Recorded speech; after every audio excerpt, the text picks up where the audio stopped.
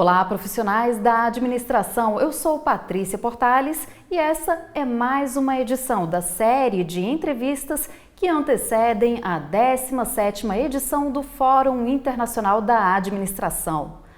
O nosso convidado é o Ricardo Riu. Ele fala direto de Portugal. Olá, Ricardo, seja bem-vindo ao CFA Play.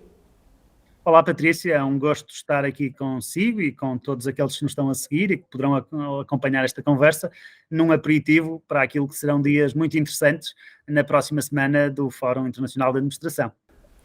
Muito bem. O Ricardo Riu é mestre em Economia pela Faculdade de Economia do Porto. Foi secretário-geral da Associação Portuguesa de Analistas Financeiros e diretor do Instituto de Mercado de Capitais Euronext Lisbon.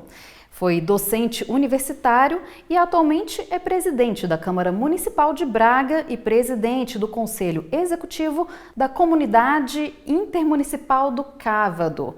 Ele vai levar um pouco desse conhecimento para o FIA.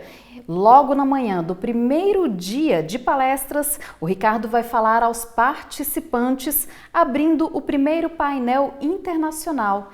E o tema da palestra será Administração e Sustentabilidade, que é o gancho para a nossa conversa, Ricardo. Bom, vamos então às perguntas. Quando falamos em sustentabilidade, Ricardo, vem à mente as diretrizes de boas práticas, ambientais, sociais e de governança, o ESG. Como que a administração pode ser bem aplicada com foco nesses princípios?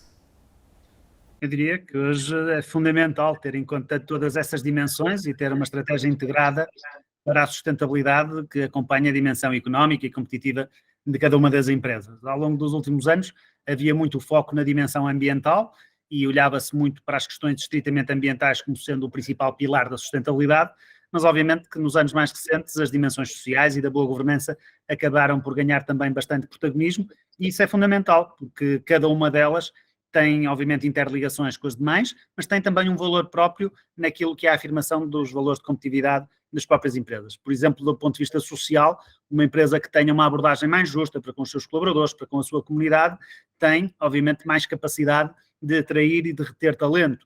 Uma empresa que tenha um melhor modelo de governança consegue fazer um melhor alinhamento estratégico também de todos os seus colaboradores e de todas as suas áreas para poder concretizar os seus objetivos. E tudo de forma integrada, diria que acaba por complementar não apenas a dimensão da sustentabilidade, mas sim, que não é um objetivo em si mesmo, mas sim apoiar o desenvolvimento da atividade económica da empresa. Certo.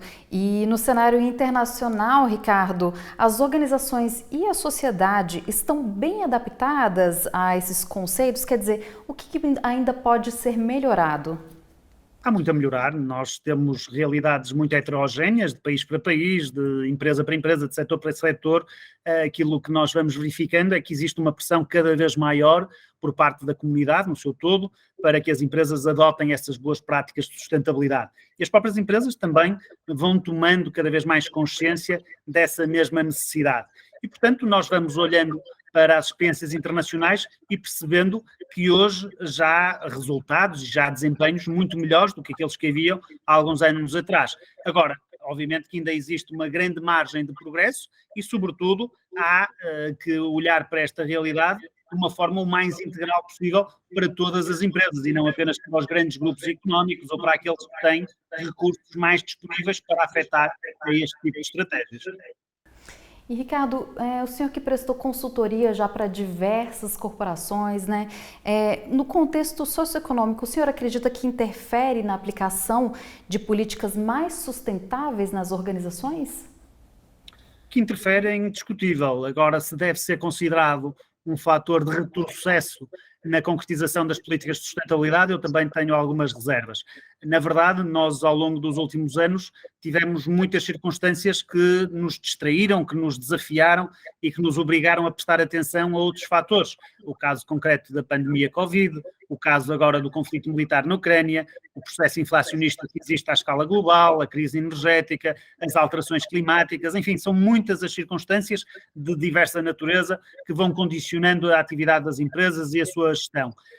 E nós poderíamos utilizar cada uma delas, ou todo este conjunto, como uma desculpa para não nos focarmos em políticas de sustentabilidade e até dizer que temos que nos preocupar com essas realidades e não olhar para a sustentabilidade neste momento. Eu acho que devemos fazer o contrário, que é utilizar uma estratégia de sustentabilidade e de gestão sustentável para nos tentarmos imunizar aos efeitos de cada uma dessas realidades e, portanto, não descurar, bem pelo contrário, privilegiar as políticas de sustentabilidade, mesmo no atual contexto económico desafiante que vivemos.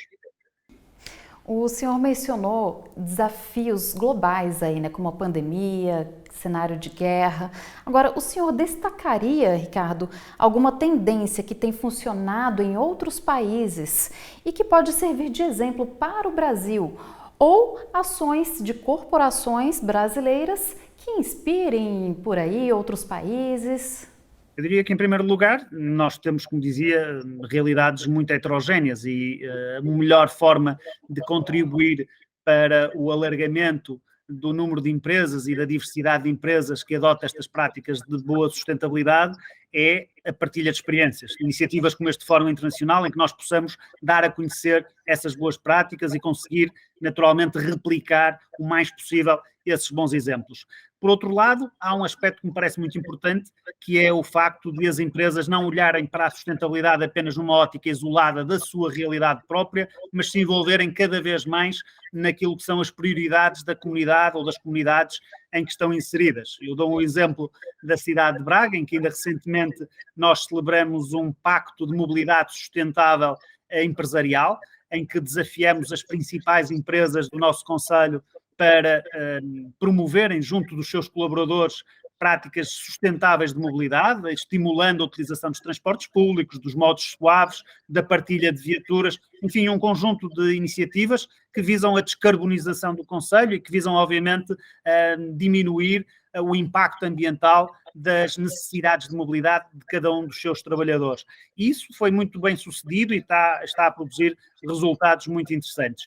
E acho que, no caso do Brasil, nós temos também muitos bons exemplos. O caso mais conhecido, porventura, de todos, que é quase um caso académico de todos os manuais quando se fala de sustentabilidade, é o caso da Natura, mas há várias outras empresas que têm tido políticas de sustentabilidade muito interessantes e aqui eu acho que o importante é não olharmos apenas para os grandes grupos económicos, mas olhar também para os bons exemplos das pequenas empresas que já vão assumindo compromissos muito concretos nesta matéria. Esse foi o Ricardo Riu, o nosso entrevistado sobre a série do FIA, o Fórum Internacional da Administração, que tem a 17ª edição na próxima semana, de 26 a 28 de setembro, em Belém do Pará. E você é o convidado. Faça sua inscrição pelo site fia.org.br. Ricardo Riu, muito obrigada pela sua participação. Sucesso no evento. Quer deixar algum agradecimento, um convite para os nossos internautas? Sim, naturalmente agradecer o convite para esta conversa, agradecer mais uma vez o convite para o FIA, como poderei expressar novamente daqui por uns dias, mas sobretudo convidar todos aqueles que nos estão a seguir para um encontro digital já no próximo dia 27 pela manhã, no primeiro painel do fórum e obviamente também em cada um dos outros que seguirão, em que pela qualidade dos oradores, pela diversidade dos temas, todos poderemos seguramente aprender muito sobre uma matéria que é crucial. E você que nos acompanhou, deixe seu comentário e se inscreva no CFA Play, o seu canal da administração. Até a próxima!